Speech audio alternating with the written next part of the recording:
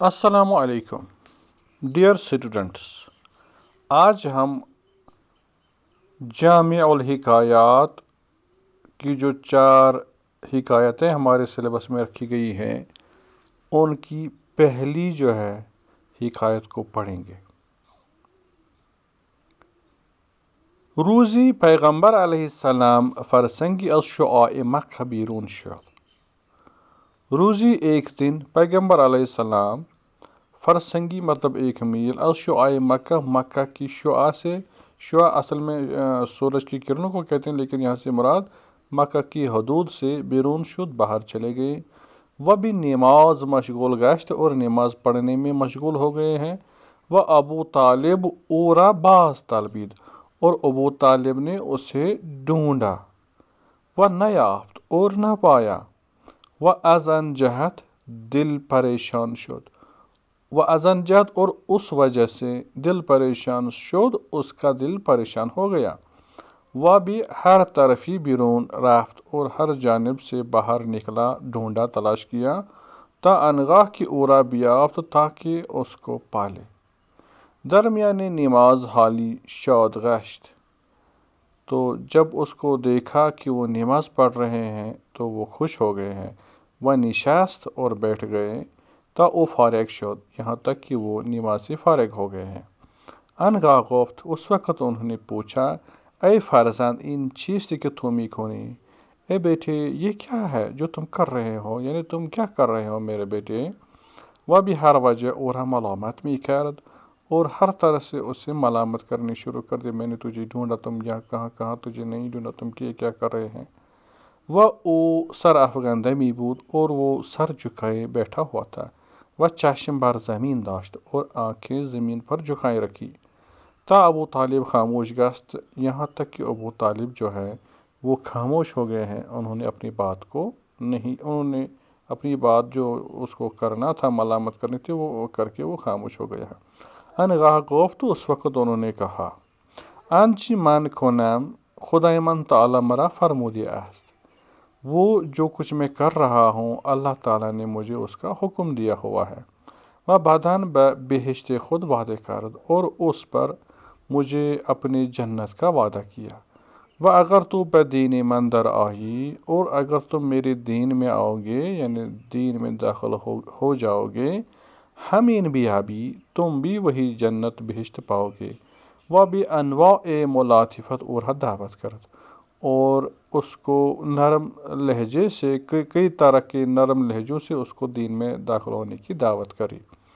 گفت تو اخنون بیگانہ نیست، مرا معجزہ بھی نمائے، تابع تو بگردم۔ گفت اس نے کہا، اخنون بیگانہ نیست، اب تو میں یہ دیوانہ بیگانہ آدمی نہیں ہوں، مارا معجزہ بھی نمائے، تم مجھے کوئی معجزہ دکھاؤ، تابع تو بگردم، تاکہ میں تمہاری طرح لوٹ جاؤں یا تمہاری باتوں کو ایکسیپٹ کروں، مانوں۔ پیغمبر علیہ السلام در نگرید، پیغمبر علیہ السلام نے آگے دیکھا، درختی دید، ایک درخت خود کو دیکھا، در مقابل یہ ایشان جو ان کے مد مقابل میں تھا، تھوڑا دور تھا۔ بدان اشارت کرد، اس درخت کی طرف اشارہ کیا۔ وہ اورا پیش خواند، اور اس کو سامنے بلایا۔ وہ ان درخت فرمان اورا مطاوعت کرد، اور اس درخت نے حضور علیہ السلام کی فرمان کی اطاعت کری۔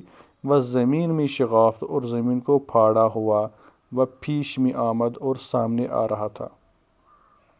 چندان کے پیش سید عالم علیہ السلام بھی آمد، بھی استاد، یہاں تک کہ وہ درخت سید عالم علیہ السلام کے قریب آ گیا اور سامنے کھڑا رہا۔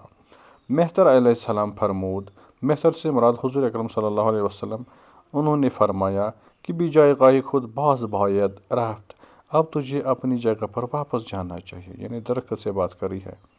ہم بران شکل رفتن گرفت، اور اس درخت نے اسی صورت میں واپس جانا شروع کیا، تا بجائے خود باز داشت، یہاں تک کہ وہ اپنی جگہ پر واپس بیٹھ گیا۔ ابو طالب گفت، ابو طالب نے جواب دیا، اے فرزند، اے بیٹے، تا اکنون من قریشان را ملامت می کردم، ابھی تک تو میں قریشیوں کو ملامت کر رہا تھا، بران کہ تو را جادوگر می خواندند، اس بات پر میں ان کو ملامت کر رہا تھا کیونکہ وہ تجھے جادوگر کہہ رہے تھے. وہ اکنون دیدم اور اب میں نے دیکھا کہ ایشان راست گفتن کہ وہ سچ بات کر رہے تھے، تم در حقیقت میں جادوگر ہو. پیغمبر علیہ السلام ازن سوخان تنگ دل شد. پیغمبر علیہ السلام نے یہ معجزہ دکھا کر جب یہ جواب سنا تو ان کا دل تنگ ہو گیا ہے. ازن سوخان اس بات سے تنگ دل ہو گیا. وہ گریان باز گشت اور روتے ہوئے واپس چلا گیا تا عزت سبحانہ و تعالی، یہاں تک کہ اللہ تعالیٰ نے، عزت سے مراد اللہ تعالیٰ، اللہ سبحانہ و تعالیٰ نے دل عزیز اورا خوش گردانید، ان کے عزیز دل کو خوش کرایا، یعنی ان کے دل کو خوش کرایا. و ان آیت بے فرستاد اور یہ آیت نازل فرمائی ہے. انک لا تہدی من احببت ولکن اللہ یہدی من یشاء. یہ آیت نمبر 56 ہے سورہ قصص کی. قطعاً تو نمی توانی، قطعاً تم نہیں کر سکتے ہو، ہر کرا خود دوست داری، جس کسی کو تم دوست رکھتے ہو یا جس کسی کو تم پسند کرتے ہو، ہدایت کو نہیں تم ہدایت کرو، یعنی قطعاً تم کسی دوست کو ہدایت نہیں کر سکتے ہو، بلکہ اللہ تعالیٰ ہر کرا بخواہد ہدایت میں کند. اللہ تعالیٰ جسے چاہتا ہے ہدایت عطا کرتا ہے. و او بھی ہدایت پذیران دانا ترست، اور وہ ہدایت کو قبول کرنے والے کے بارے میں کافی دانا ہے، یعنی وہ جانتا ہے کہ کون نصیحت قبول کرنے والا ہے، اس کا مادہ کس کے اندر ہے. تو یہاں جو ہے یہ پہلی حکایت اختتام تک پہنچتی ہے. ملاقات کریں گے دوسری ایک حکایت کے ساتھ نیکسٹ ویڈیو میں. تب تک کے لیے خدا حافظ.